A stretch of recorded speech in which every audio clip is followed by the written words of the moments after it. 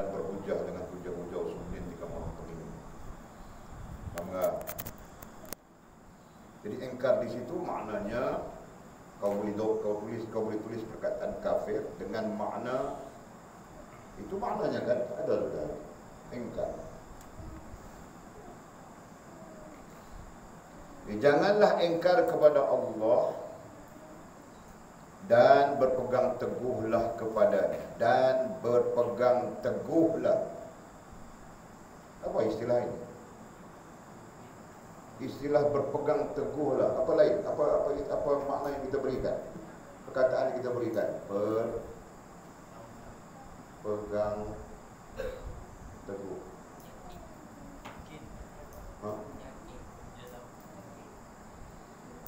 Oh iya, perkataan yakin itu boleh, tapi kita letakkan ya, bagi banyak istilah di situ ya. I'tiqad. Apa lagi? Yakin, tadi orang sebut yakin. Ya.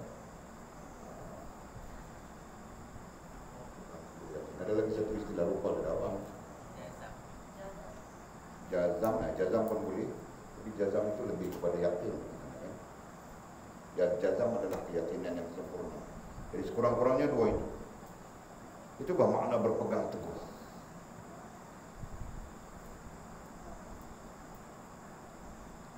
I'tiqad.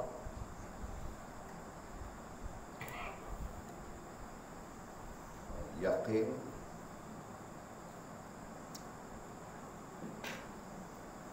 Boleh pakai dua makna itu saja dulu.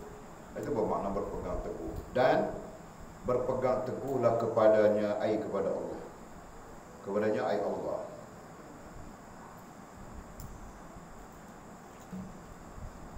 Jadi apabila kita sebut berpegang teguh, jadi keluar dari sana kan, i'tiqad, iman, Islam, ihsan.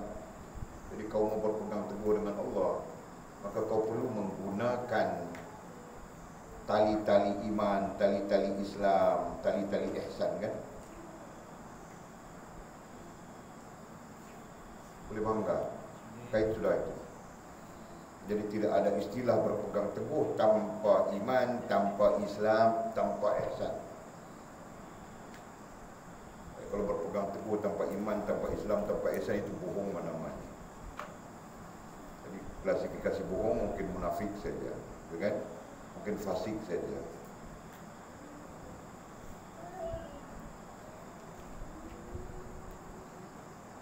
Kembalilah kepadanya. Kembalilah adalah satu perkataan kita guna. Kembalilah, iaitu muraja', kan? Kembalilah kepadanya, kembalilah muraja'. Muraja' artinya merujukkan diri kita kepada Allah Subhanahu Wa Taala. Dengan apa? Dengan istighfar atau yang terkait dengannya. Yang terkait dengan istighfar, antaranya la ilaha illa anta subhanaka inni kuntu minadh zalimin, atau la haula wala quwwata illa billahil aliyyil azim. Jadi itu semua kalimat-kalimat muraja'. Jadi kembalilah muraja' kepadanya Allah.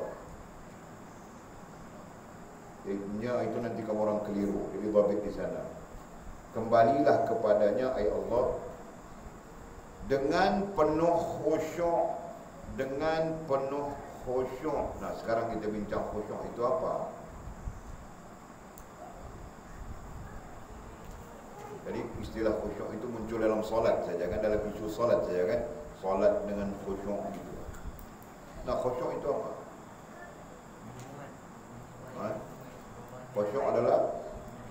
Khusyuk adalah hubungan yang terbaik. Hubungan, bukan perhubungan ya. Khusyuk adalah hubungan yang terbaik. Bilang khusyuk.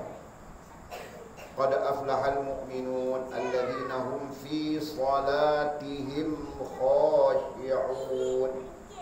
Fi salatihim khashi'un.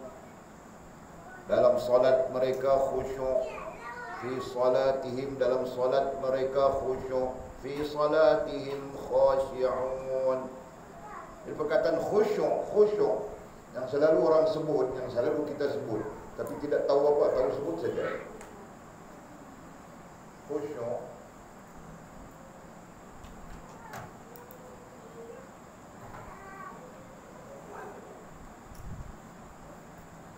itu maknanya apa tadi? Hubungan yang baik. Ini istilah. Jadi bila kita solat, fi solatihim khashi'un, orang yang dalam solatnya mereka khusyuk, berarti mereka mempunyai hubungan yang sangat baik dengan Allah Subhanahu wa taala yang dilihat dari perspektif solat. Berarti kalau dalam solat dia boleh berhubungan baik dengan Allah, moga-moga di luar daripada solat nanti dia boleh berhubungan baik dengan Allah. Gitu kan? Kalau dalam solat tidak ada hubungan yang baik dengan Allah, solat macam samsing saja, tahu tak? Tahu solat macam samsing? Rukuknya, semua sujudnya tanpa ada perasaan, tahu tak? Kan?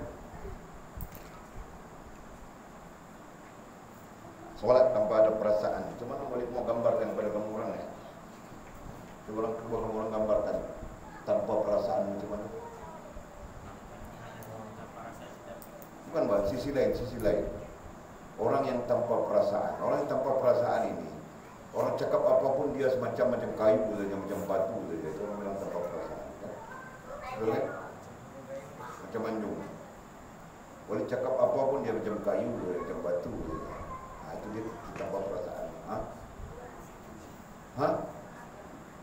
Apa Jom? Iya. Orang tanpa perasaan. Boleh tak? Jambang dia cakap. Jam kamu orang juga bah semua. Wali cakap jangan sembang sampai pukul 2-3 pagi, jangan sembang sampai pukul 2-3 pagi, tidur awal, bangun awal, solat tahajud. Kamu orang macam tidak ada perasaan saja. Wali macam cakap dekat kayu dulu. Cakap dekat kayu dengan batu. Tetap 2,5 jam, 2,5 dengar saja sembang. Wali bukan tidur loh. Wali adalah manusia yang paling kurang tidur kecuali siang hari. Malam tidur kurang. Siang hari sebab hujan. Itu. Ini hari.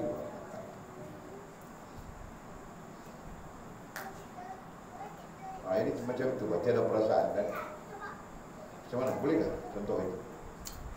Jadi nantinya kalau kau bercakap dengan Sheila sebagai contoh, kau bercakap dengan Bang Jamal kau. Bang Jamal, aku ini sakit. Kau bilang dia kan. Dia buat tidak tahu saja. Kalau sakit pergi hospital bah. Dia cakap dengan tidak ada perasaan. Bang, yang ada perasaan macam mana? Bang, aku sakit bang. Gimana kau sakit? Cepat bang. Mau kita ke klinik tu kan? Faham tak? Itu baru dia berperasaan. Lagi bagus, kau mau jalan pun dia tidak kasih bang. Dia dukungnya kau. Itu baru berperasaan bang. Faham tak Sheila? Jadi kalau berdepan dengan orang tidak ada perasaan ini susah dalam hidup kan? Susah pak. Kita cakap dia tidak peduli, kita apa pun dia tidak peduli, tapi dia mau kita dengar dia punya cakap. Ini biasa. Apa? Kamu tanya kan? Okey. Jadi bila kita balik kepada alladzina hum fi salatihim khashi'un, khusyuk di dalam salat. Sampai-sampai macam-macam orang berandaian bahawa khusyuk itu sampai tidak sedarlah, khusyuk itu sampai tidak ingat lainlah dan sebagainya. Tidak dapat terjemahan yang paling munasabah. Sehingga kita bertemu dengan terjemahan munasabah adalah bukan terjemahan munasabah, terjemahan yang disebut, penjelasan yang disebut oleh kebanyakan ulama adalah ini, hubungan baik dengan Allah SWT. Itulah khusyuk. Jadi kalau khusyuk dalam solat itu berarti kau punya solat itu penuh hubungan dengan Allah Subhanahu wa taala. Ataupun kau punya solat itu punya hubungan yang sangat bagus dengan Allah Subhanahu wa taala berbanding keadaan-keadaan yang lain. Itu bilang khusyuk. Jelas kan? Nah, sekarang dia sebut di sini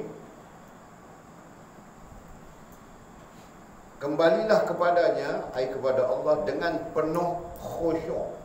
Jadi dapat sudah terjemahannya kan? Nah, mau terjemah macam mana sekarang?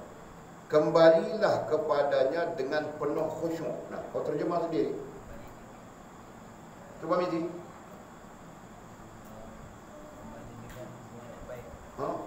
Kembalilah kepada Allah dan benalah hubungan yang baik. Itu saja, Pak. Bentuklah hubungan yang baik. Kembali kepada Allah berarti kau minta ampun tadi kan? Kembali kepada Allah berarti tadi kau astaghfirullahalazim. Kembali kepada Allah berarti kau la ilaha illa anta subhanaka inni kuntu minadh zalimin. Gitu kan? Kembali kepada Allah berarti kau melafazkan la haula wala quwwata illa billahil aliyyil azim misalnya kan? Betul, boleh sebut tadi sudah kan? Itu kalimat-kalimat muraji'. Jadi kau muraji' kepada Allah, kau rujukkan diri kau kepada Allah dengan istilah-istilah itu. Kemudian dengan penuh khusyuk. Artinya apa tadi?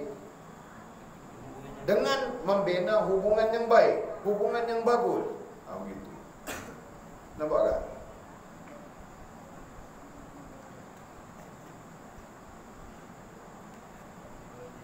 Jadi hubungan dengan Allah perlu baik kan, perlu bagus kan? Jangan kita mau bagus hubungan dengan Husin Jongang saja. Dengan Allah perlu lebih-lebih lagi, gitu kan?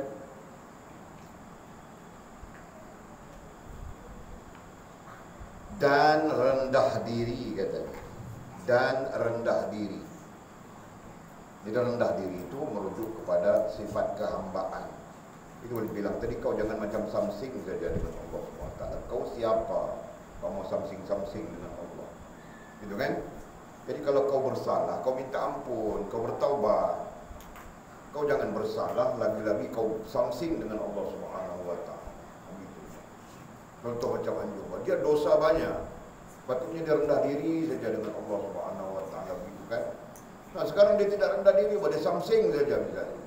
Macam tidak berdosa saja. Atau kau peduli apa dengan dosa? Seolah-olah begitu kan? Tidak ada kena-mengena dengan yang hidup mau telah mati itu. Contoh saja. Faham tak? Jadi kalau kita orang berdosa, apa yang kita perlu? Orang yang bersalah, apa yang kita perlu? Rendah diri dengan Allah, minta ampun kepadanya kan? Itu yang sepatutnya. Kemudian baiki hubungan dengan dia. Bukan kau tidak peduli, suruh selawat pun tidak selawat, suruh zikir pun tidak zikir, suruh istighfar pun tidak istighfar. Kan? Macam dia bersih saja, tidak dosa apa, macam baru keluar dari rahim. Maunya tidak berdosa kau. Obat. Okey. Bertawakallah kepada dia dengan sepenuh penyerahan. Bertawakal. Belajar sudah, tawakal itu apa? Proses, dari segi proses. Tawakal ada maknanya.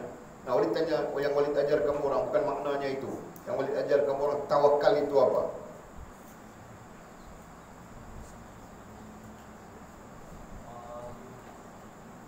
Ada 3 sifatnya di situ.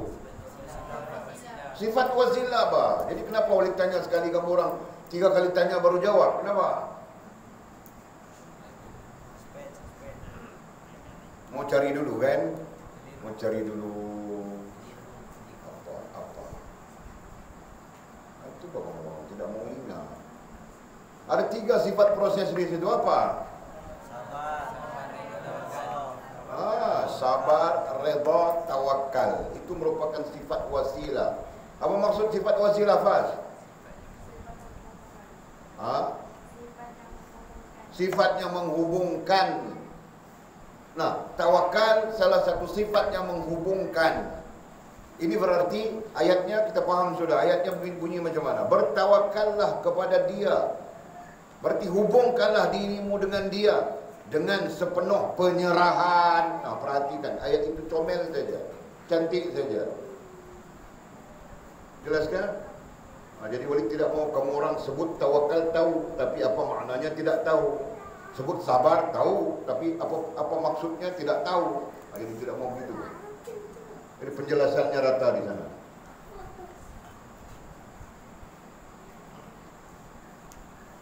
Bertawakallah kepada Allah. Ai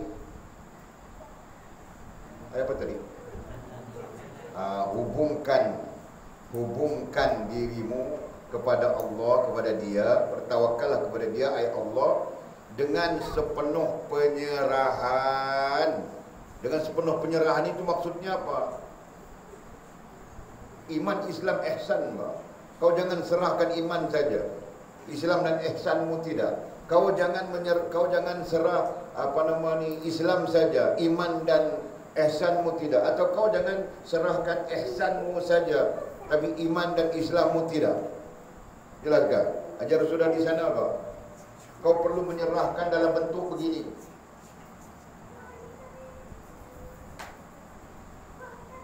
Ini pemahaman ya. Perlu menyerahkan dalam bentuk begini. Ihsan, Islam, iman. Kau tidak boleh serahkan dalam bentuk begini. Berasingan. Faham tak? Penyerahan mesti berlaku dalam bentuk yang begini. Gambarannya adalah iman meliputi Islam, Islam meliputi ihsan. Itu dari segi ilmiah. Adapun dari segi amaliyahnya boleh jadi begini. Sebaliknya begitu kan? Ihsan, iman, Islam. Ini semua diajar sudah pada kamu orang. Ya, jangan bilang boleh tidak ajar ya. Nanti meletup perut kamu orang.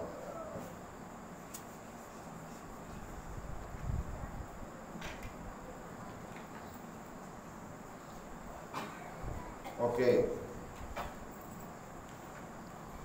Janganlah turutkan hawa nafsu kebinatangan kamu itu. Janganlah turutkan, itu tidak perlu dijelaskan ya, paham semua. Janganlah turutkan hawa nafsu kebinatangan kamu itu. Di sini disebutkan hawa nafsu kebinatangan. Kenapa? Kenapa tidak disebut hawa nafsu badaniyah? Kenapa tidak disebut hawa nafsu syahwiyah? Disebut hawa nafsu kebinatangan ataupun haiwaniyah dalam bahasa Arabnya kan? Jadi untuk menjelaskan kepada kita, apabila wujudnya nafsu haiwaniyah, berarti wujud semua sudah komplit sudah kan? Kerana bentuk perkembangannya daripada badaniyah menjadi mengembangkan syahwiyah, daripada syahwiyah kemudiannya mengembangkan nafsu kebinatangan ataupun haiwaniyah. Ini berarti nafsu haiwaniyah jika sudah berkembang, berarti dia sudah meliputi semuanya. Meliputi kita punya badaniyah dan meliputi kita punya syahwiyah. Itu tentang nafsu haiwaniyah. Dia mau menguasai. Bila dia berjaya menguasai, dia mau itu, dia mau itu. Ini macam jadi kan? Okey. Janganlah mencari kepentingan semata-mata untuk dunia. Janganlah mencari kepentingan. Kepentingan di sini boleh saja tersabit dengan keperluan ataupun perkataan kepentingan.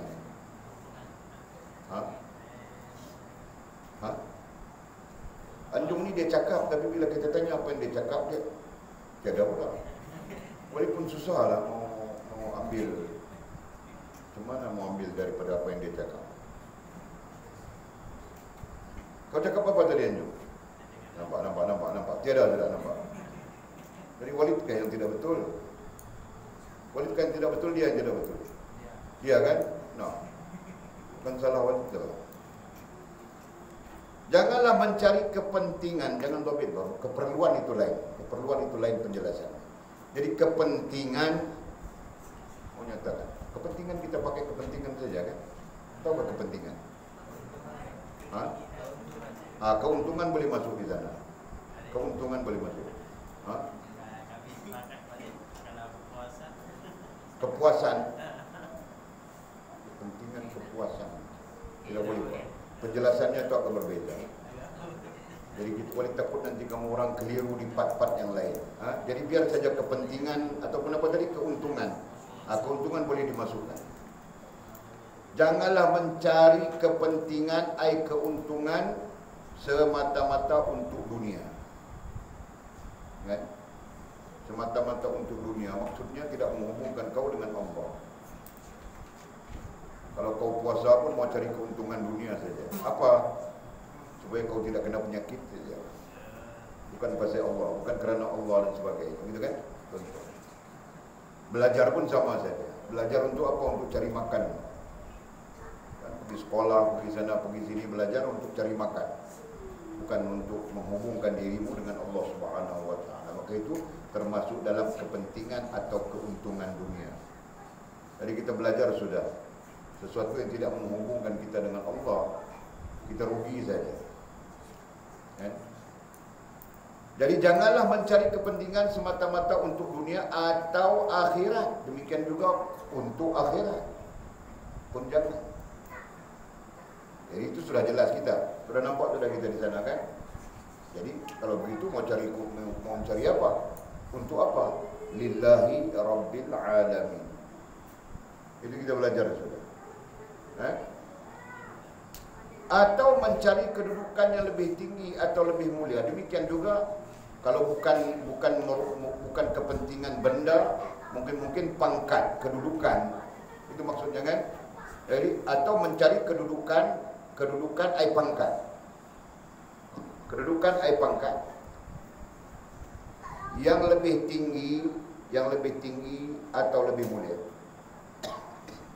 Jadi tidak perlu itu. Jadi apa? Maka kita kesimpulan sudah di sana. Lillahi Rabbil Alamin. Itu kan? Kerana mencari redha Allah SWT, kemudian diterjemahkan begitu. Kalau mencari redha Allah Subhanahu wa taala. Kan? Kalau tujuannya kerana Allah Subhanahu wa taala. Begitu, Pak.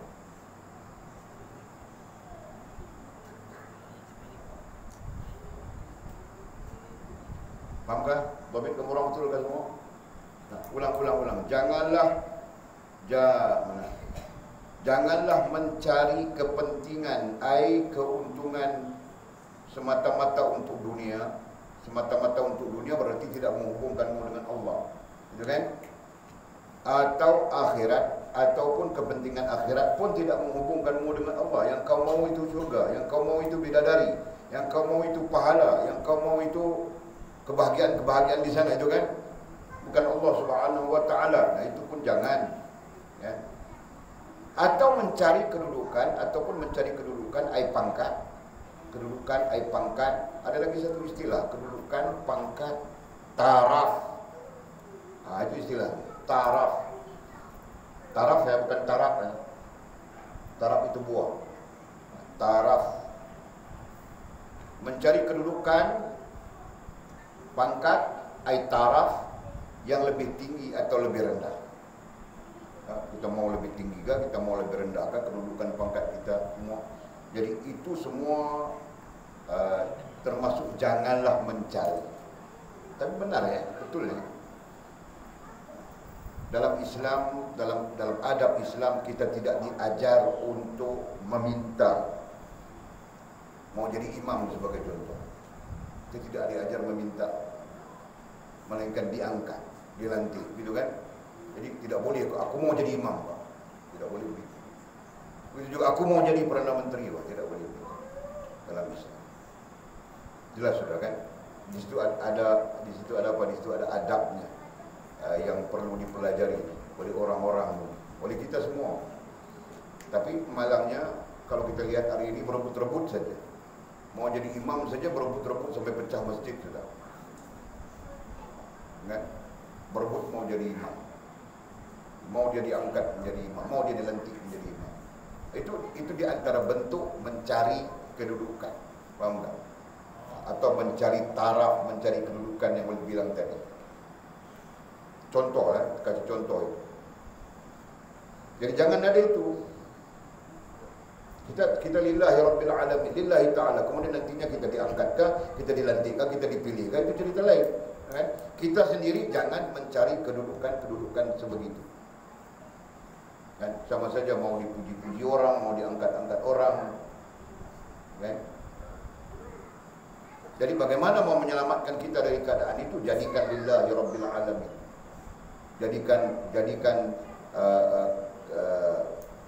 kepentingan atau keuntungan yang kita cari tadi lillahi rabbil alamin.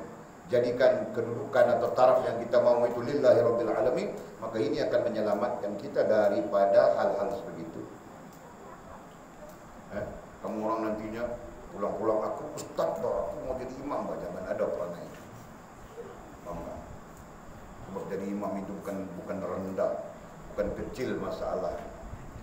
Tapi kalau mau jadi imam kepada istri itu tidak ada masalah. Gitu bah, macam bangkil, dia mau jadi imam kepada Mira Idora.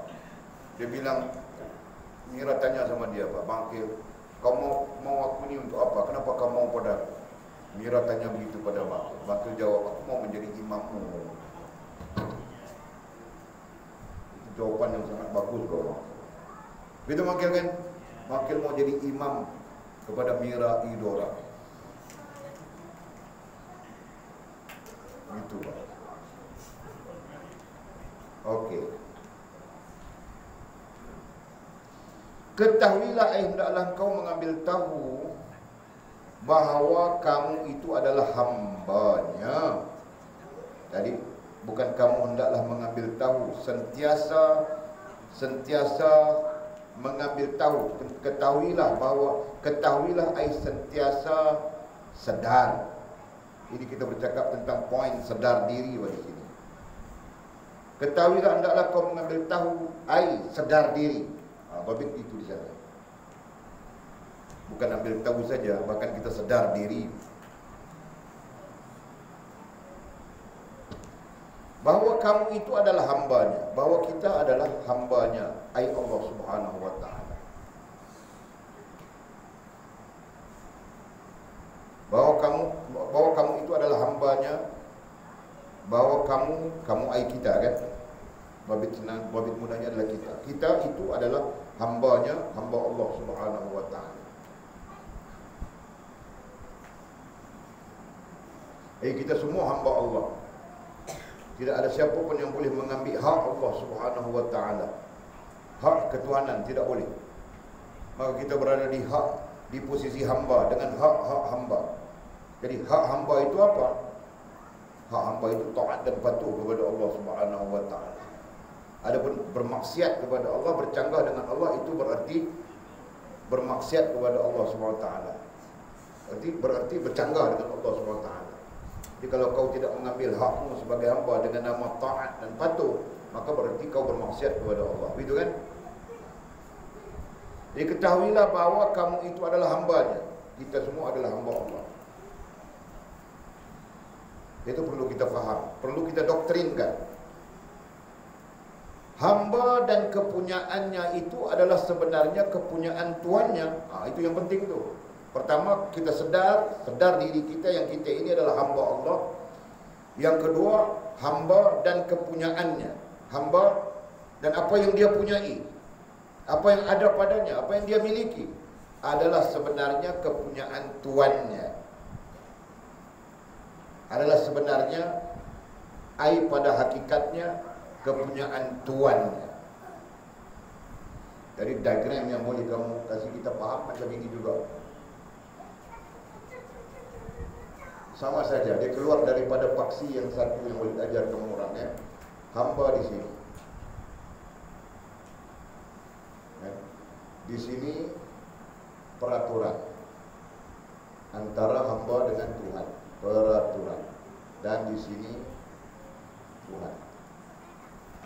Nah, boleh nampak diagram. Jadi ayatnya hamba di sini dan apa saja yang dimiliki oleh hamba pada hakikatnya dimiliki oleh Tuhan. Jelas kan? Kenapa? Kerana hamba berada di dalam lingkungan terkecil daripada lingkungan yang terbesar. Itu kan? Dan yang memisahkan hamba dengan Tuhan, Tuhan dengan hamba adalah peraturan. Jadi peraturan itu kita bilang syariat, syariat itu kita bilang ibadah, ibadah itu kita bilang Islam. Itu saja bentuknya. Nampak kan? Ini nampak ini. Nah ini saja. Tanpa peraturan ini kau akan mengaku kau Tuhan. Firaun pun berada di sini juga kan? Firaun pun berada di sini juga. Firaun tahukah Firaun? Firaun tahukah? Tahu Firaun kan? Dalam Quran ada kisahnya. Firaun dia pun sama macam kita juga di sini. Tetapi dia sudah melampau. Maka Allah bilang Firaun itu melampau. Pertama dia bercanggah dengan peraturan. Kemudian dia mengaku dia Tuhan. Faham tak?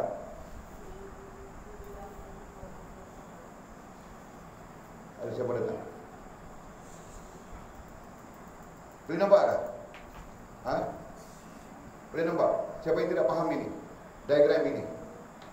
Nah, kita semua berada di sini. Kita semua berada di posisi paling kecil dalam bulatan ini. Okay? Dan itulah hamba. Dan apabila kita hamba, apapun termasuk diri kita, apapun yang kita miliki, termasuk diri kita adalah milik Tuhan. Jelas ke di sana? Nah, telinga kau milik siapa?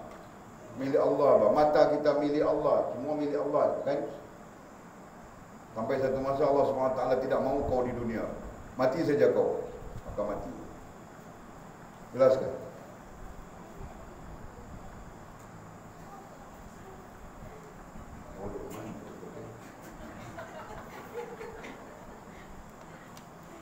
Oke, jelas kan?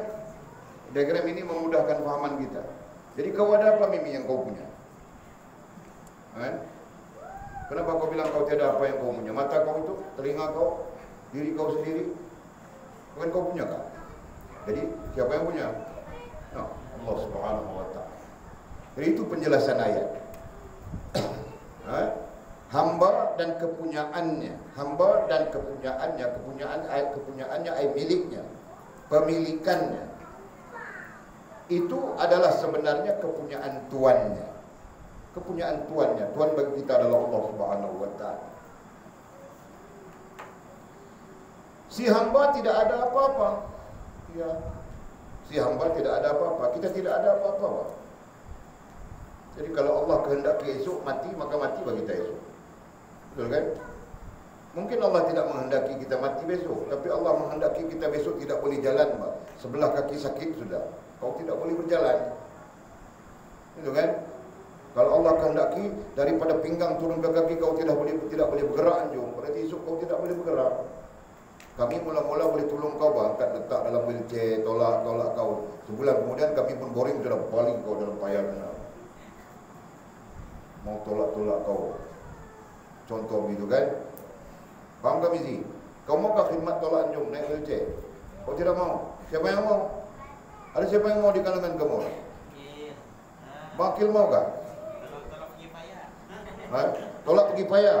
Dia kau pun mau bunuh dia juga kan? Masya Allah. Allah Subhanahu Wa Taala yang punya kuasa kan? Okey. Tuannya yang mempunyai segala-galanya. Jadi tuannya siapa kalau kita? Allah Subhanahu Wa Taala. Dialah yang memiliki segala-galanya, termasuk diri kita. Jadi apa yang ada pada kita itu adalah pinjaman. Maka hartamu yang bertimbun adalah pinjaman. Istrimu yang berbilang-bilang itu adalah pinjaman. Anakmu yang ramai sampai 20 orang, 15 orang, macam sila 15 orang. Fast berapa? 15 orang juga ke kau? Wah, pinjaman. Suamimu adalah pinjaman. Ibu bapakmu adalah pinjaman. Apapun yang kau miliki di atas muka dunia ini, semuanya adalah pinjaman. Faham tak? Jadi paham itu. Kasih doktrin itu, baru kau tidak sombong dengan Allah Subhanahu Wa Taala. Jika tidak sombong saja manusia dengan Allah, wah dia ada kereta besar sombong saja, dia ada rumah besar sombong saja, dia ada bini besar macam ubi keledek sombong saja. Okay? Dia ada macam-macam yang mencetuskan kesombongan. Jadi tidak boleh begitu. Jelas kan? Jadi katanya, hendaklah kamu bersopan santun. Oleh kerana kita hamba, hendaklah, patutlah. Kalau bahasa lama bilang sayugialah. Itu bahasa klasik. Hendaklah, patutlah kamu bersopan santun. Bersopan santun beradab. Itu. Hendaklah kamu bersopan santun, beradab. Jadi adab kan, tempat hamba itu adalah adab.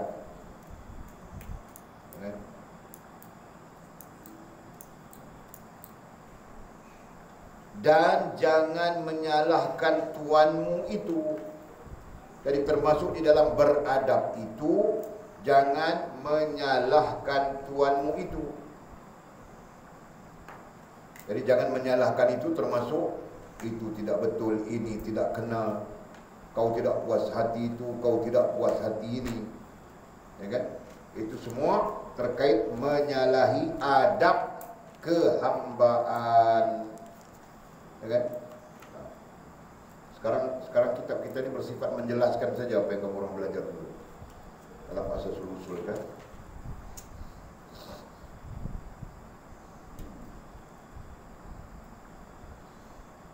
Hendaklah kamu bersopan santun, beradab, dan jangan menyalahkan tuanmu itu. Menyalahkan itu termasuk tidak berpuas hati. Dhabitnya di sana. Kita baru belajar tentang tidak berpuas hati kemarin. Jangan merungut dan sebagainya itu, kan?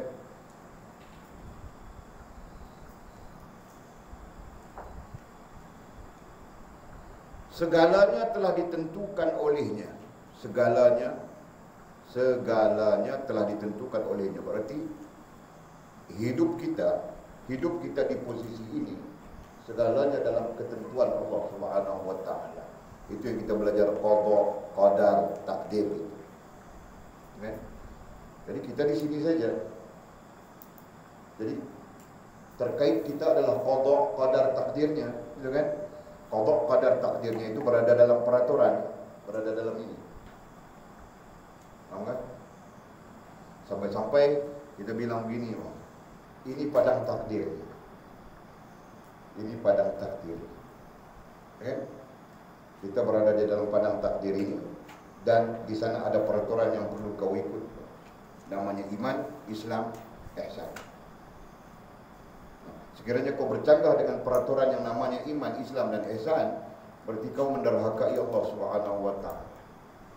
Kau bermaksiat kepada Allah Subhanahu wa taala. Itu kan?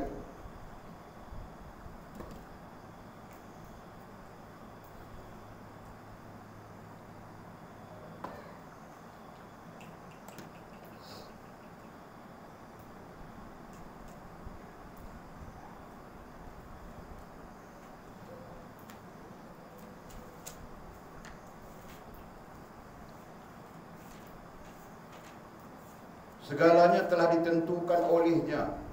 Apa yang didahulukannya tidak dapat dikemudiankan. Apa yang Allah dahulukan bagimu tidak dapat dikemudiankan.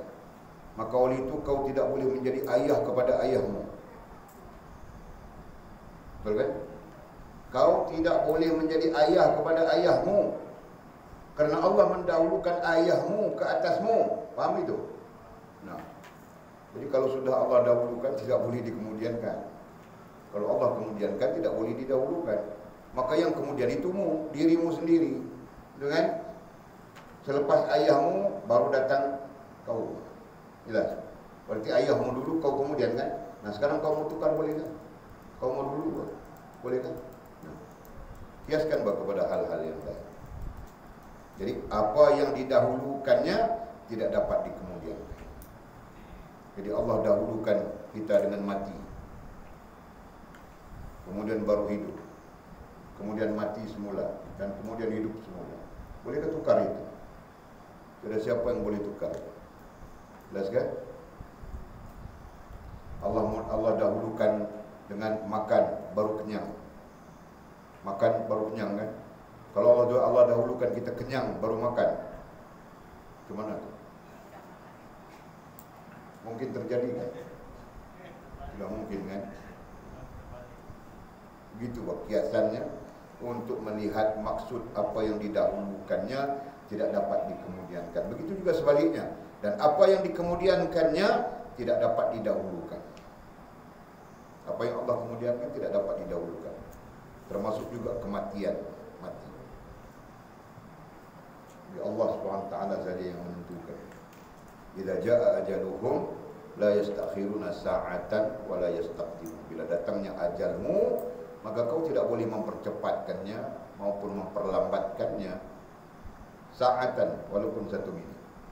Demikian hak Allah Subhanahu wa taala atas nama kuasa dia.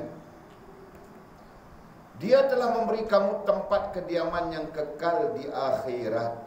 Dia ai Allah. Dia ai Allah telah memberi kamu tempat kediaman. Tidak perlu terjemahan. Yang kekal di akhirat. Dan menjadikan kamu tuannya. Jika kita mau jadi tuan, bukan di dunia, bahkan di akhirat kelak. Allah menjadikan kita di akhirat kelak tempat kediaman yang namanya syurga. Dan Allah Subhanahu wa taala menjadikan kita tuan-tuan di syurga itu. Kurang faham. Jadi kau yang akan jadi tuan di syurgamu. Syurga milikmu. Setelah Allah memberikannya kepadamu, kau jadi tuan kau. Kau boleh perintah, Mira, dia kepala bidadari. Suruhkan bidadari lain hidangkanku anggur. Boleh tidak suka mau andai ya, jangan ya. Jangan mengandaikan. Contoh saja. Faham tak? Jadi dia, Allah telah memberi kamu tempat kediaman yang kekal di akhirat dan menjadikan kamu tuannya. Jadi di akhirat itu baru kita boleh jadi tuan. Di dunia kita jangan jadi tuan. Jadi hamba saja. Faham tak? Jadi hamba dengan sifat-sifat kehambaan. Jangan hamba dengan sifat-sifat tuan. Hamba tapi tidak solat, sedangkan tuan kita menyuruh kita solat. Hamba mau datang puasa sudah, bulan puasa Ramadan, tuan kita menyuruh kita, memerintahkan kita dengan puasa, tapi mereka tidak puasa. Jadi hamba apa begini? Nah, itu maksud perbandingannya kan? Nah, dan memberi kamu kurniaan yang tidak pernah dilihat oleh mata. Ini berkaitan dengan akhirat nanti. Kan? Allah kasih kita kediaman yang kekal dan menjadikan kita tuan, serta memberikan kita kurniaan yang tidak pernah dilihat oleh mata. Ini berkaitan dengan ayat Quran sebenarnya yang bilang kita begitu. Yang namanya nikmat itu kita tidak pernah nampak dengan mata kita, tidak pernah dengar dengan telinga kita, dan tidak pernah dirasakan oleh tubuh badan kita. Hebat nikmat Allah SWT. Ada kan? Dan memberi kamu kurniaan yang tidak pernah dilihat oleh mata, tidak pernah didengar oleh telinga, dan tidak pernah dirasa oleh hati. Masya Allah. Sedangkan yang dunia ini kita lihat semua sudah. Yang nama nikmat itu tidak sampai ke mana. Yang namanya kepayahan, kesusahan itu pun tidak sampai ke mana. Kan? Semua kita lalui sudah, semua kita rasa sudah. Kalau Walid nak 50 tahun lebih umur Walid, jadi rasa sudah yang nama payahnya apa, yang nama senangnya apa. Lalui sudah. Jadi tetap apa yang mau bilang, tetap kita boleh jalan saja kan. Kalau ikut miskin, mati sudah Walid. Miskin kan. Kalau ikut dulu sebelum Walid belajar luar negara, ada apa saudara-saudara Walid, adik-beradik Walid bilang, kau nanti mau kerja apa, kau nanti mau makan apa. Sudah Walid 52 tahun sudah umur. makan sama saja, tidur pun semacam saja. Lebih dari dia orang yang cakap bukan-bukan pada Walid. Lebih daripada dia orang yang menghina-hina saja Walid belajar agama. Sekarang dia orang Covid, dia orang mesti ada duit. Telefon Walid mau pinjam duit pula. Ya? Kita tidak meminjam dari orang. Kita tidak meminjam dari orang, tapi orang mau pinjam daripada kita. Termasuk saudara-saudara Walid, adik-beradik Walid yang cakap macam-macam masa Walid mau belajar agama dulu. Nah, sekarang dia orang pun kerja tiada sudah. Buat apa? Itulah Allah Subhanahu wa taala punya pengaturan, ya. Masya Allah. Jadi kalau diceritakan di sini, diterangkan di sini bahawa akhirat yang kekal itu Allah menjadikan kita tuannya dan memberikan kita kurniaan yang tidak pernah dilihat oleh mata, tidak pernah didengar oleh telinga, tidak pernah dirasa oleh hati. Masya Allah. Kita tidak tahu menggambarkan, tapi kita rasa hebat, kan? Hebat. Berkenaan dengan hal ini, berkaitan dengan hal ini yang disebutkan oleh Fadilatul Syekh ini, dirujukkan kita kepada firman Allah Subhanahu wa taala. Surah 17 ayat 17 surah 32. Fala ta'lamu nafsum ma ukhfiya lahum min qurrati a'yunin jazaa'an bima kanu ya'malun. Seseorang pun tidak mengetahui apa yang disembunyikan untuk mereka, yaitu bermacam-macam nikmat yang menyedapkan pandangan mata sebagai balasan terhadap apa yang telah mereka kerjakan. Allah bilang begitu. Jadi Allah menyembunyikan atau Allah SWT simpan bermacam-macam nikmat untuk siapa? Untuk hamba-hambanya yang berada di tempat kediaman yang kekal di akhirat kelak, yang namanya syurga. Nah, Allah sediakan di sana. Kan? Allah sediakan di sana, Allah berikan di sana. Allah Subhanahu wa taala anugerahkan kepada siapa-siapa yang layak di sana. Dan tempatnya itu di akhirat. Dan kau akan menikmati sesuatu yang tidak pernah dilihat oleh mata. Kau akan menikmati sesuatu yang tidak pernah didengar oleh telinga. Dan kau akan menikmati sesuatu yang tidak pernah dirasa oleh hati. Masya Allah. Cumana itu? Tidak dapat digambarkan. Kalau begitu, kenapa kau mau kelam kabut dengan dunia ini? Ambil sekadar keperluan saja, kan? Karena saya, kau tidak akan susah hidup di dunia. Kau tidak akan menderita hidup di dunia kalau kau mengambil sekadar keperluan.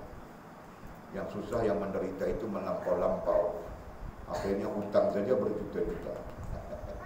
Okay? Okey. Ini berarti, katanya, ini berarti ayat ini, ya, sebagai sebagai komentar daripada ayat di atas, ini berarti ganjaran dari apa yang mereka lakukan di dunia. Jadi Allah akan memberikan ganjaran. Ini berarti ganjaran dari apa yang mereka lakukan di dunia ini dalam mematuhi hukum-hukum Allah Subhanahu wa taala. Jadi itu ayat di atas itu bermaksud Allah memberikan ganjaran kepada mereka-mereka yang mereka-mereka yang lakukan di dunia ini, mereka-mereka yang melakukan di dalam dunia ini dalam mematuhi hukum Allah SWT. Ayat itu menjelaskan tentang ganjaran dalam bersabar dari melakukan dosa dan maksiat. Termasuk ganjaran yang diberikan oleh Allah SWT adalah atas sabarnya kita daripada melakukan dosa dan maksiat. Maka Allah berikan kita ganjaran. Dan bertawakal bulat kepada Dia sahaja dan redha dengannya. Nah, apa itu? Tiga kalimat ada di sini. Sabar, tawakal, redha. Nah, itu wasilah, itu hubungan. Ini bermaksud Allah akan memberikan ganjaran kepada mereka yang mematuhi hukum hakam dan perintahnya di dunia dan berhubungan baik dengannya. Berhubungan baik, berhubungan bagus dengan Allah Subhanahu wa taala. Maka sebab itu datang istilahnya sabar dari melakukan dosa dan maksiat. Kan? Dan bertawakal bulat kepada Dia sahaja dan redha dengannya. Maka berarti kau berhubungan bagus, berhubungan baik dengan Allah Subhanahu wa taala. Itu nantinya kau dapat ganjaran di hari akhir. Jadi kalau kau tidak berhubungan baik dengannya, maka kau nanti mungkin berada di dalam sengsara di hari akhir itu. Okey? Nak kata musannif Allah. Ada soalan lagi? Di sini. Tidak Nikmat. Lawan kepada nikmat. Nikmat itu maknanya bala. Nikmat itu maknanya bala. Nikmat itu maknanya musibah. Lawan kepada bala, lawan kepada musibah adalah kebaikan, kan? Kebagusan. Kau tanya nikmat ain. Jadi nikmat berarti sesuatu yang kau suka, sesuatu yang disuka oleh semua orang. Itu nikmat. Lawannya sesuatu yang dibenci, sesuatu yang tidak disuka. Panggilan dia bala. Itu saja. Jadi panggilan kepada sesuatu yang tidak disuka itu bala. Fitnah pun boleh, fitnah. Dalam Quran menggunakan istilah fitan. Kan? Bismillahirrahmanirrahim. Qala musannifu rahimahullah ta'ala nafa'ana Allah bi'ulumihi wa bi kitabihi fid darain. Allahumma amin ya rabbal alamin. Wa ba'du qala.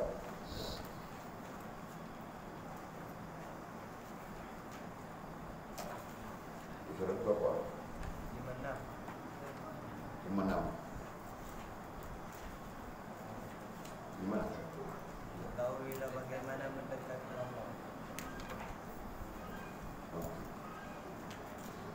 Wa ba'du qala, ketahuilah bagaimana mendekatkan Allah Subhanahu wa taala kepadamu, dan muliakanlah malaikat-malaikat penjaga yang mulia yang sentiasa mencatat amalan. Ambillah segala nikmat Allah Subhanahu wa taala dengan memahaminya dan kembalikannya dengan pujian yang baik dan bersyukur kepadanya. Berhati-hati dengan perasaanmu yang merasakan kedudukan yang mulia di sisinya dan menolak kebenaran dengan menghina manusia. Sesungguhnya ianya adalah racun yang membunuh. Jauhilah rasa takut dipandang rendah oleh manusia dengan takut kepada kemurkaan Allah Subhanahu wa taala kepada engkau, dan takut kepada kefakiran dengan dekatnya ajal kepadamu, dan sembunyikan segala kebaikan yang engkau lakukan semampumu. Okey, kita sambung. Kata musannif rahimahullah ta'ala, ketahuilah ay hendaklah kau mengambil tahu bagaimana mendekatkan Allah Subhanahu wa taala kepadamu. Jadi bagaimana mendekatkan Allah Subhanahu wa taala kepada kita adalah satu istilah yang pada dasarnya adalah janggal. Kan? Sepatutnya kita yang mendekatkan kepada Allah Subhanahu wa taala, gitu kan? Jadi bagaimana mendekatkan Allah kepadamu, kita tukar bah. Sepatutnya kita mencari tahu bagaimana mendekatkan kita kepada Allah. Kita tukar saja susunan ayat.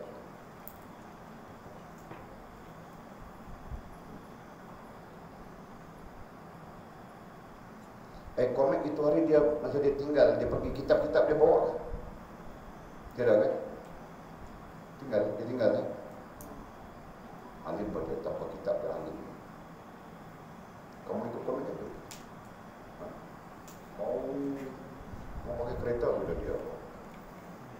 Kaya. Cek tengok kitab-kitab yang dia tinggal itu, kita bagi kepada siapa-siapa yang nak belajar. Mungkin komik tinggal ke siapa yang tinggalkan. Kami dulu lain, Pak. Kami dulu sampai kami tetap bawa kitab.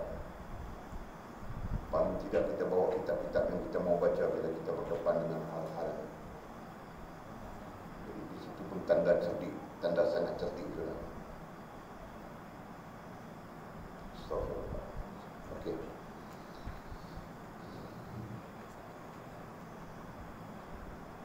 Jadi kamu orang betulkan macam mana tu? Ketahuilah bagaimana mendekatkan Allah kepadamu, ditukar macam mana?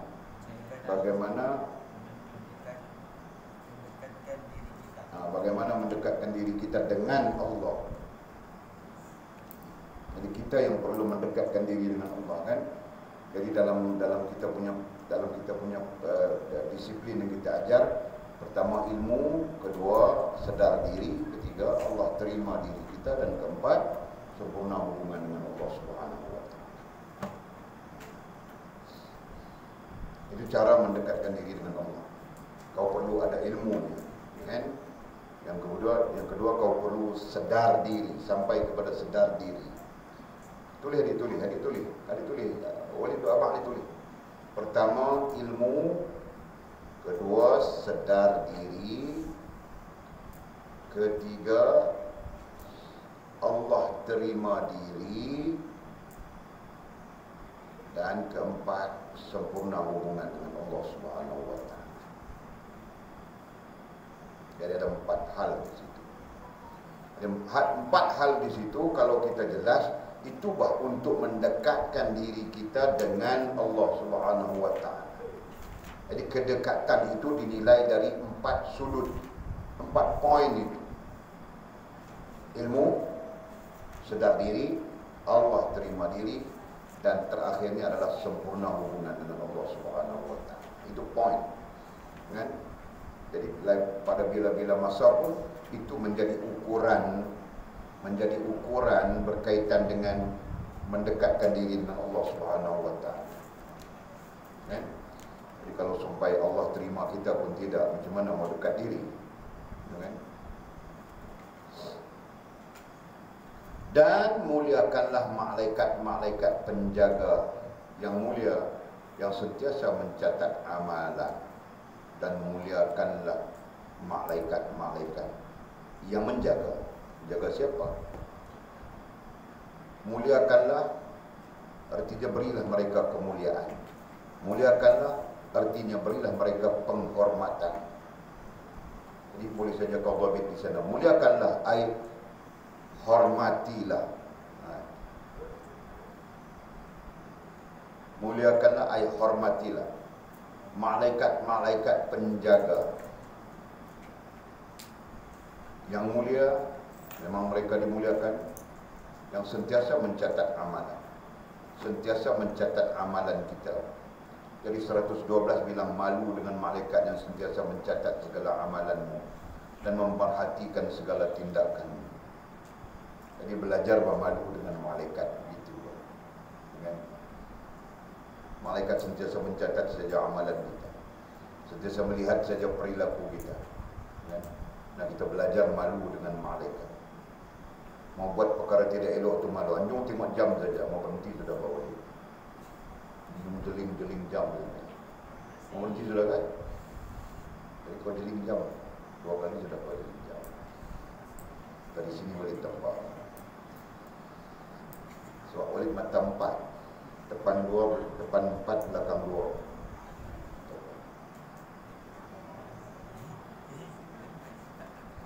Okey.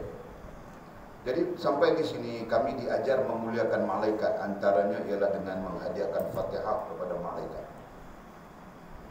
Didhabit saja, kamu orang mau hadiahkan saja Fatihah kepada malaikat. Tidak salah. Jangan dirujuk kepada Wahabi kau baca Fatihah hadiah pun sesat, sudah bid'ah sudah. Jadi kita rujuk kepada salafus salih, para ulama kita, dan mereka mengamalkan membaca Al-Fatihah dan menghadiahkan selain daripada para ibu bapa dan sebagainya, termasuk para malaikat. Nah, wajib mengamalkan itu. Caranya macam mana? Caranya sama saja. Kan? Ila hadratil malaikah muqarrabin karubi. Nah, ila hadratil malaikat, kepada seluruh malaikat. Muqarrabin yang dekat, wal karubiyin yang berkhidmat. Ini malaikat ini yang berkhidmat kepada Allah. Jibril, wa Mikail, wa Israfil, wa Izrail, Raqib wal Atid, Munkar wa Nakir, Malik wa Ridwan, Syai'ulillahi lahumul Fatihah. Jadi wali mengamalkan itu. Kamu tulis kan? Kau cakap Melayu saja sudah apa? Kan? Aku menghadiahkan bacaan Al-Fatihah ini kepada malaikat-malaikat muqarrabin dan karubin. Karubin malaikat-malaikat yang muqarrabin, yang dekat dan berkhidmat. Begitu. Kan? Jadi kau sebut saja, kalau kau mau sebut Sayyidina Jibril alaihissalam, wa Mikail alaihissalam, wa Israfil alaihissalam, wa Izrail alaihissalam, Munkar Raqib wal Atid alaihimassalam, Munkar wa Nakir alaihimassalam, Malik wa Ridwan alaihimassalam. Ke atas kaliannya ku hadiahkan Al-Fatihah. Baca saja. Syekh kami mengajar ini adalah satu bentuk penghormatan atau bentuk memuliakan para malaikat. Kalau di situ kita bermula, nantinya kita akan merasakan dengan izin Allah. Kita akan merasakan bahwa ada yang memerhatikan kita. Sekurang-kurangnya dari situ kita meninggalkan perkara-perkara yang salah. Kan?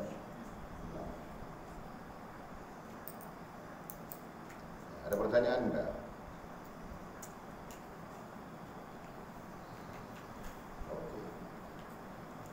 Jadi muliakanlah malaikat-malaikat penjaga. Mereka adalah malaikat penjaga. Mereka menjagamu, menjaga kita. Dan sentiasa mencatat amalan-amalan kita. Justru malulah kita kepada mereka. Jangan buat sesuatu yang Allah murka. Karena Allah murka, para malaikat juga murka. Para malaikat juga marah. Gitu kan? Ambillah segala nikmat Allah Subhanahu wa taala dengan memahaminya. Nah, ini lagi tegas. Ambil segala nikmat, segala nikmat. Ini bilang nikmat di sini ya, sebenarnya ni' dengan ain. Kalau dengan kaf dalam bahasa Arab itu bala maknanya.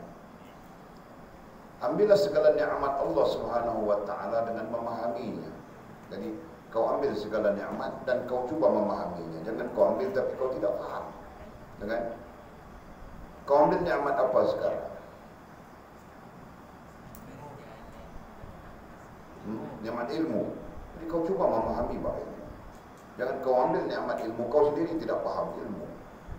Jadi sama saja dalam hal yang lain. Nikmat yang paling besar kalau ikut nasnya adalah 3 saja. Iman, Islam dan ihsan, itu nikmat yang paling besar. Walaupun kau buta, tapi kau ada nikmat, kau ada iman, Islam dan ihsan, kau berada dalam nikmat. Tapi kau celik dengan mata yang besar, yang banyak, yang terang benderang, tapi kau tidak ada iman, Islam dan ihsan, kau tidak faham iman, Islam dan ihsan, maka kau sebenarnya buta. Itu gambaran yang diberikan oleh Al-Quran. Hal yastawil a'ma wal basir am hal tastawil a'ma wal basir. Kan? Jadi maksudnya di sana adalah ambillah segala nikmat Allah Subhanahu wa taala termasuk iman, Islam, ihsan itu dan memahaminya. Berarti belajar tentangnya. Dan kau tidak belajar, karena kau tidak belajar kau tidak akan paham. Nah, berapa ramai manusia tidak belajar iman, Islam, ihsan. Mana mungkin mereka faham iman itu apa, Islam itu apa, ihsan itu apa. Gitu kan? Kamu orang pun kalau sebelum belajar iman, Islam, ihsan tidak tahu apa. Dan ramai orang yang tidak tahu. Padahal itu merupakan perkara yang diperintahkan oleh Allah Subhanahu wa taala melalui Al-Quran dan diajar oleh baginda Rasulullah SAW melalui hadis-hadis. Berapa ramai manusia yang tahu? Ya kan? Berapa ramai manusia yang membincangkan? Jadi kita katakan hampir-hampir saja manusia tidak tahu apa iman, Islam dan ihsan. Kalau duduk di rumah tengok TV saja, main telefon saja, tidak mungkin dia tahu apa itu iman, Islam dan ihsan. Jadi betapa ruginya. Ini berarti mereka mengambil nikmat Allah dengan tidak memahaminya.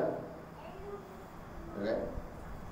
Jadi mengambil nikmat Allah dengan keadaan tidak memahaminya, di sana ada kerugian.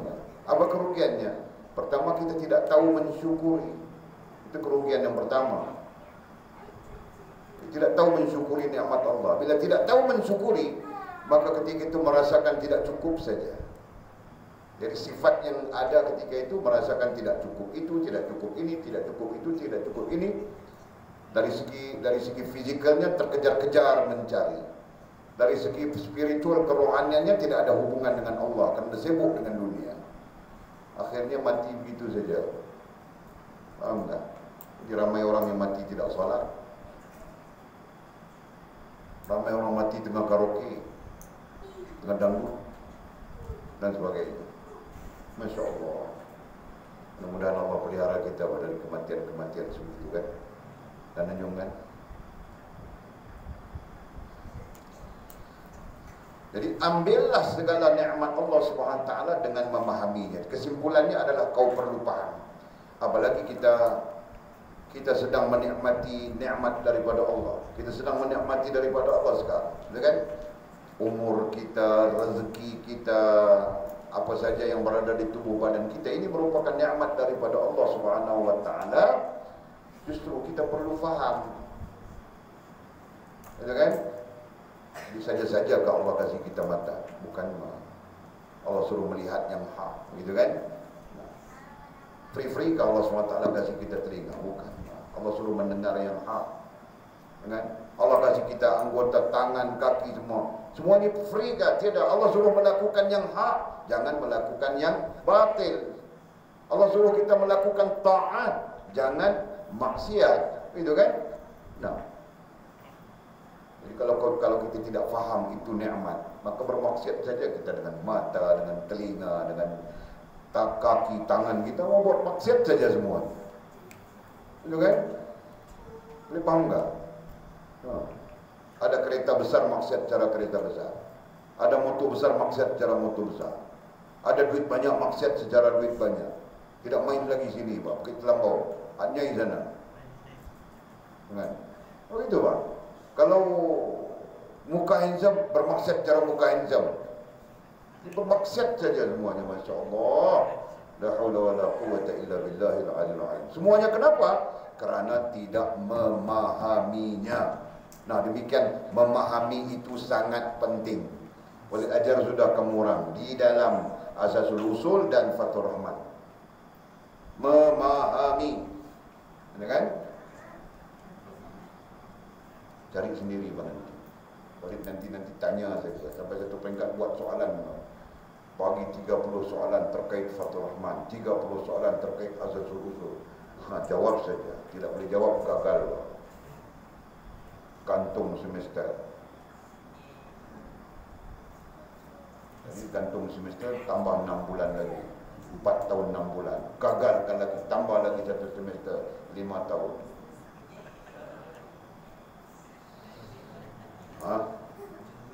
Anjung dia tidak ikut disiplin, dia tidak ikut sistem. Dia tidak ada siapa yang mengukur ilmunya. Jadi dia alim terus saja.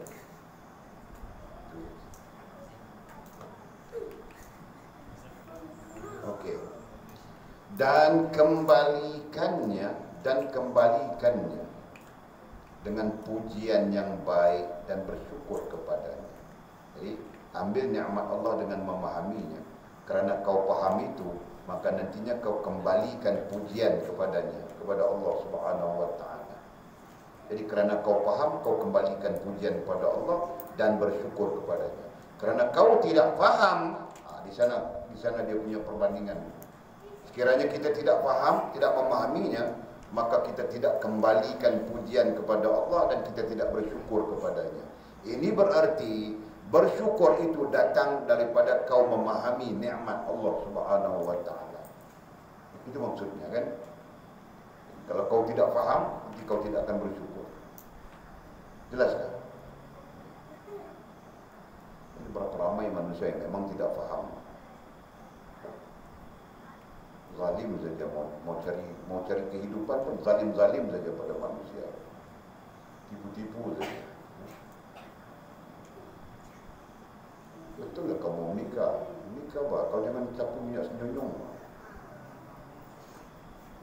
Zalim saja kan. Jadi kerana kau mau menikah dengan orang-orang itu, kau pakai minyak senyonyong. Ada juga bentuk-bentuk kezaliman seperti itu. Allah Masya Allah. Okey. Berhati-hatilah dengan perasaanmu. Berhati-hatilah dengan perasaanmu. Nah, siapa mau cerita perasaan itu apa?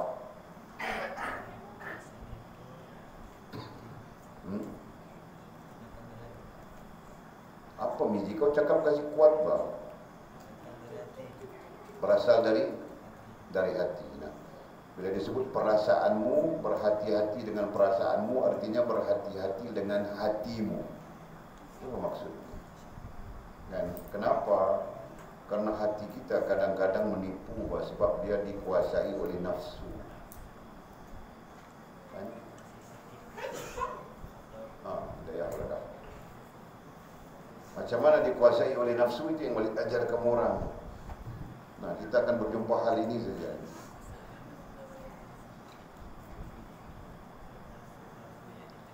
Apabila strukturnya, kita istilahkan strukturnya, apabila strukturnya nafsu, akal, hati. Nah, apabila strukturnya begini, berarti nafsu menguasai akal dan hati. Ketika itu perasaan itu kan datang dari hati. Nah, perasaan kita pun nanti dikuasai oleh nafsu. Bukan betul perasaan yang tidak betul. Orang perempuan banyak perasaan yang tidak betul selalunya. Nah, tapi dia rasa dia betul. Oh, senyum saja. Bila disebut orang perempuan, selalu senyum saja. Orang lelaki selalunya berperasaan betul, tapi jahat. Jahatnya banyak pada lelaki. Orang perempuan selalu berperasaan tidak betul kerana mereka lemah. Faham tak? Orang lelaki betul perasaannya, tapi dia jahat. Kerana dia jahat itu, maka di sini bilang sayang, di situ bilang cinta, di sini bilang rindu, di sini bilang itu, bilang ini. Satu masa dalam tempoh 1 tahun itu, cinta 15, rindu 15, sayang 15. Jadi total berapa? 45 orang. Itu orang jantan, orang lelaki, kau tahu kan? Tapi itu orang lelaki bukannya betul. Kalau betul pun perasaannya, tapi jahatnya lebih. Melainkan orang yang beriman dan beramal soleh. Faham tak? Nah, kamu orang perempuan hati-hati. Boleh ingatkan saja. Faham tak? Jadi kalau mau lihat yang beriman dan beramal soleh, anjunglah orangnya.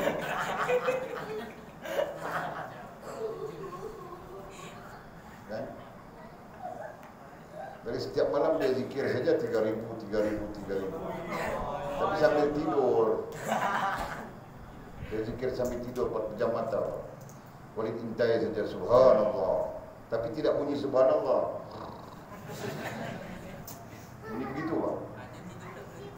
Iyalah kau tidak berdengkur. Jadi berhati-hati dengan perasaanmu. Antara perasaan kita, antara keadaan hati kita, yang selalu wujud adalah merasakan kedudukan mulia di sisinya. Ini satu penyakit yang kadang-kadang singgah pada hati kita, singgah pada perasaan kita. Merasakan apa? Merasakan kedudukan yang mulia di sisi Allah Subhanahu wa taala. Ini satu hal, kalau Syekh kita Abdul Qadir Jalani rahimahullah taala bilang penyakit. Dalam Fathul Rabbani nanti kita bincang itu. Merasakan diri bagus, merasakan diri baik, merasakan diri sudah mulia di sisi Allah Subhanahu wa taala. Nanti kita bincang itu panjang lebar dalam kitab Fathul Rabbani. Nah. Jadi apa yang penting di situ adalah kita perlu periksa perlu periksa kan, periksa hati kita, periksa perasaan kita, periksa fahaman kita, supaya sejajar dengan Allah Subhanahu wa taala, dengan nikmat-nikmat yang kita ambil daripadanya. Itu kan? Jangan kita rasa kita bagus saja, jangan kita rasa kita mulia saja. Kenapa? Karena di sana akan membunuh rasa mau buat ibadat kita kepada Allah Subhanahu wa taala. Yang akhirnya kita tidak buat ibadat, Pak. Kita rasa memadai, mencukupi dengan apa yang kita buat saja. Astagfirullahaladzim. Akhirnya tidur lebih banyak daripada ibadat. Sebab kita rasa cukup sudah, kan? Lagu lebih banyak daripada sesuatu yang menghubungkan kita dengan Allah. Kenapa? Rasa sudah cukup, sudah bagus pada di sisi Allah SWT. Kan? Dan menolak kebenaran dengan menghina manusia. Dan menolak kebenaran dengan menghina manusia. Maksudnya, kita tidak boleh terima menghina manusia itu sebagai sesuatu yang baik, sebagai sesuatu yang benar. Itu maksudnya. Jadi berhati-hati dengan ayat itu ya. Kamu orang salah faham. Dan menolak kebenaran dengan menghina manusia. Jangan kita jadikan menghina manusia itu sebagai satu bentuk kebenaran. Jangan. Itu maksudnya. Ya, jangan salah paham. Perhatikan ayat itu, kamu orang salah paham nanti.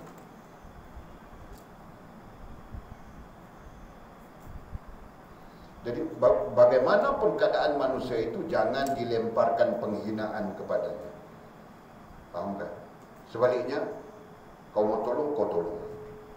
Bantu dia, bawa dia kepada Allah Subhanahu wa taala, kepada Rasul. Kalau dia sudah hanyut teruk misalnya. Itu caranya, bukan menghina dia. Celaka kau manusia akan masuk neraka, hidup pun tidak berguna. Lebih baik mati di kandung tanah, dihimpit bumi, daripada kau berdiri di sini. Pendosa. Jangan kau hina orang begitu, kan? Itu bahasa makir. Boleh pinjam saja bahasanya. Oh, ada lagi? Dasar pendosa. Gitu. Jangan, kan? Jadi itu bukan kebenaran. Kebenarannya adalah kita mengajaknya kembali kepada Allah Subhanahu wa taala. Kan? Jadi cukup sudah kita yang tersilap ini. Marilah kita kembali kepada Allah misalnya. Itu caranya. Jangan hina, jangan kita menghina dia. Karena yang kita marah itu adalah maksiatnya, yang kita marah itu kejahatannya, bukan tubuh itu. Tubuh itu kita perlu berdamping dengan kasih sayang supaya kita boleh bawa dia kembali kepada Allah Subhanahu wa taala. Begitu kan? Faham kan?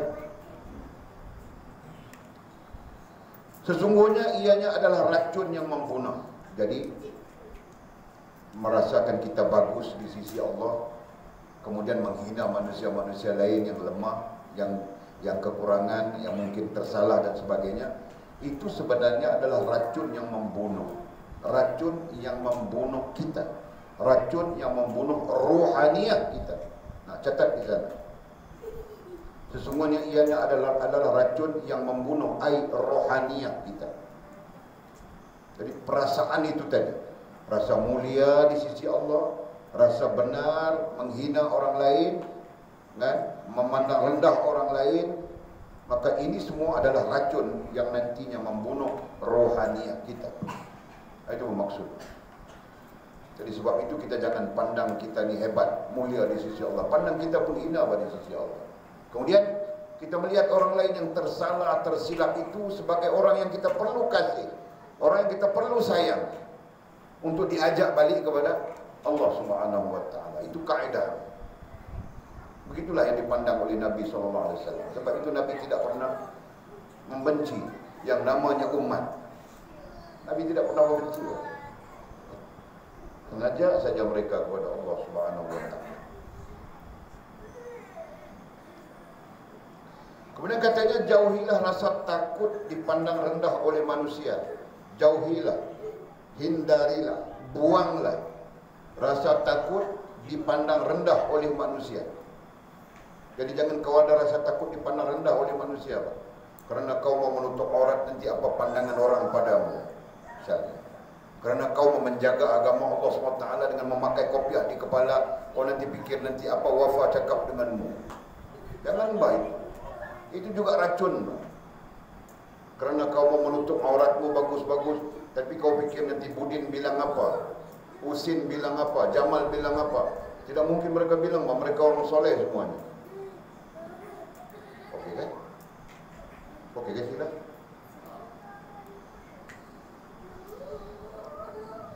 Itu maksudnya. Jauhilah, hindarilah, buanglah rasa takut dipandang rendah oleh manusia. Buang. Dengan takut kepada kemurkaan Allah Subhanahu wa taala kepada engkau. Sebaliknya, tinggikan rasa takut kepada Allah, rasa takut kepada kemurkaan Allah Subhanahu wa taala. Kadang-kadang kita takut kepada manusia lebih daripada takut kepada Allah. Kan? Takut orang tidak puji-puji kita misalnya. Takut begitu, takut begini, akhirnya kita menderhakai Allah Subhanahu wa taala. Jadi ajar diri kita begitu. Dan takut kepada kefakiran dengan dekatnya ajal kepadamu. Ini satu hal lagi. Macam mana kita mau bebaskan diri kita dari takut kefakiran? Takut kefakiran itu artinya takut susah, takut miskin. Takut kefakiran, susah atau miskin. Macam mana? Macam mana kita mau buat? Jadi katanya dengan dekatnya ajal kepadamu. Artinya sentiasa kita fikir ajal itu dekat dengan kita. Baru kita boleh bebas daripada bebaskan diri kita dari kefakiran itu, dari rasa takut miskin, takut lapar. Karena syaitan memang dia menyerukan hal ini. Asyaitanu ya'idukumul faqra wa ya'murukum bil fahsya. Syaitan itu boleh ajar sudah. Karakter manusia daripada bangsa manusia pun membuat bangsa jin. Perangai buruk daripada manusia dan jin. Bilang syaitan. Jadi syaitan ini sentiasa membisikkan kepadamu faqra, kemiskinan, kesusahan, kefayahan, wal fahsya, dan mengajakmu kepada kejahatan. Jadi bagaimana kita mau hapuskan rasa kefakiran itu, fikir kefakiran itu ataupun rasa kefakiran itu dalam diri kita? Katanya dengan dekatnya ajal, dengan memandang bahawa ajal kita sudah dekat. Maka dengan sendirinya kita akan membebaskan diri kita daripada kefakiran itu. Masya Allah, subhanallah. Dan sembunyikan segala kebaikan yang engkau lakukan semampumu. Adapun segala kebaikan yang kau lakukan, sembunyikanlah semampumu. Jadi jangan cerita-cerita, jangan cakap-cakap, jangan menunjuk-nunjuk gitu. Melainkan untuk teladan saja. Melainkan untuk teladan. Untuk teladan artinya untuk menjadi contoh. Itu dibolehkan. Jadi kau cerita dengan anakmu supaya nanti anakmu mengambil teladan. Itu dibenarkan. Yang tidak dibenarkan adalah kau bercakap untuk dipuji-puji, dipandang hebat dan sebagainya. Maka itu tidak dibenarkan. Nah, mudah-mudahan Allah Subhanahu wa taala melimpahkan kepada kita pengetahuan tentang ini. Dan mudah-mudahan Allah Subhanahu wa taala memberi kesempatan kepada kita untuk melakukan hal ini dan membaikkan hubungan kita dengan Allah Subhanahu wa taala seterusnya insyaallah. Amin ya rabbal alamin. Kemudian kata musannif Allah.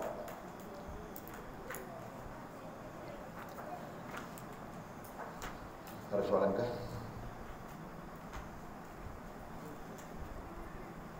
Kita akan susun jadwal Ramadan ya. Di Ramadan kita ada belajar. Jangan ingat kata Ramadan kita cuti.